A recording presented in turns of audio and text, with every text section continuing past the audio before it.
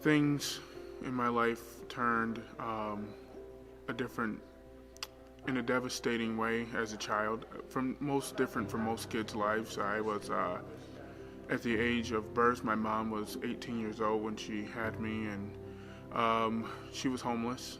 She was a good mother in the aspect of trying to make sure that I was okay. But as time went on, as I grew older, and I got around the age of 2 years old, my mother could no longer take care of me. And unfortunately, I was abandoned outside of a crack house, which then my grandmother came upon. She got a phone call while she was at work, and she came out to see me, and from the condition she's heard, I had scabs and I was malnourished. I was in pretty terrible condition. So then at that point, she took me, went to the courthouse, and gained custody of me, over me. And from that point on in my life, she raised me. When I was around the age of, I would say, 10 years old, I started kind of figuring out a little bit on who God was. I was in the church, raised as a typical Baptist child. We were going to church in and out, but there was that kind of void in my life that I couldn't figure out why was I so empty. So I took it upon myself in that year and years later to go and seek who God was. So I started at a school, a middle school there in Lakeland, Florida, and things really turned to a point in my life where I was at rock bottom. My grades started to fail. My complete lifestyle started to change. I couldn't figure out why was everything falling apart. My household was changing. There was a lot of anger, a lot of alcohol, a lot of mental abuse, some physical abuse. And I was just at wit's end. I was at that point in my life where I wanted to take my own life. I said, this is too much. I can't bear this. I can't come home every day to the same thing, and I felt like there was no love in the household. There was no love anywhere, and it would have been better off to be dead. Well, one day I was prepping for suicide, and I went into the room, and I closed the door. No one was home, and I sat there with a kitchen knife, and I was planning on how I was going to take my life. And right before it all happened, I heard this voice. It was an exterior voice, not from within, but I heard this voice tell me, don't do it. And at that point in my life, I stopped and I broke down because I knew who was talking to me. And I said at that point in my life, I said, he loves you, Jim.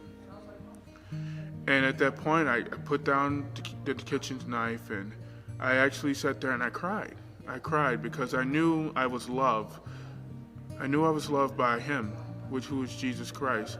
But in that time in my life, I couldn't acknowledge that I was loved by him because of my surroundings and the abuse and the things that were going on in my day-to-day life. But at that point, I found a church that was probably about 12 miles away from our home, but our neighbor next door, she talked to me, and I started going out to this church. And I was going there, and I joined the choir, and things started to look up. My grades were getting better. Life started to take a change, a turning point. So as I was attending this church, the pastor was like more of a father figure to me. He took me under his wing, and I wasn't, baptized at that point, so I went ahead and got baptized at the age of 13 years old. And I just looked around. I looked around at all these people that were surrounding me at this baptism pool, and I recognized something. I recognized that I had no family there but me at that point. And I looked around, and something even inside me was grieving because I had no one that was a part of my family that was there for support. So at that point in my life, I had to make a decision. I had to say, if I'm going to serve the Lord, I have to get out of this situation. There was a series of events going on in my life. My My mother and I were not connected. And all of these things started to come into play as I started serving the Lord. I started asking more questions. I said, Lord, who helped me find out who my father is, and I started asking for more things. I was like, Lord, help me build a better relationship with my mother. And Lord, help strengthen me. Lord, help me with my anger. Lord, help me with my depression. And the Lord started working on me. Around 2012, we came to a unanimous decision in the household. It was time to leave Florida. We checked out this home, and the home was a good fit for us. So I looked across the street and I saw this church. We walked through the doors, and I knew right then. The Lord confirmed it immediately. He said, "This is where I want you." It was that spirit of confirmation of this is exactly where I want you. So I immediately got on the phone and called my pastors in Florida, and I told them, I said, "This is where the Lord wants us, I can tell." And I was so excited and full with zeal. And I came in, and people were worshiping, and it was a Friday night. I was just like, wow, this is one big family here.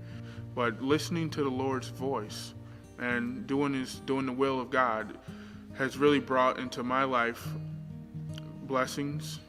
It has brought a family of God into my life, and most importantly, it has filled that void in my life that I have always had, and it was having the love of the Lord in my life and a family of God.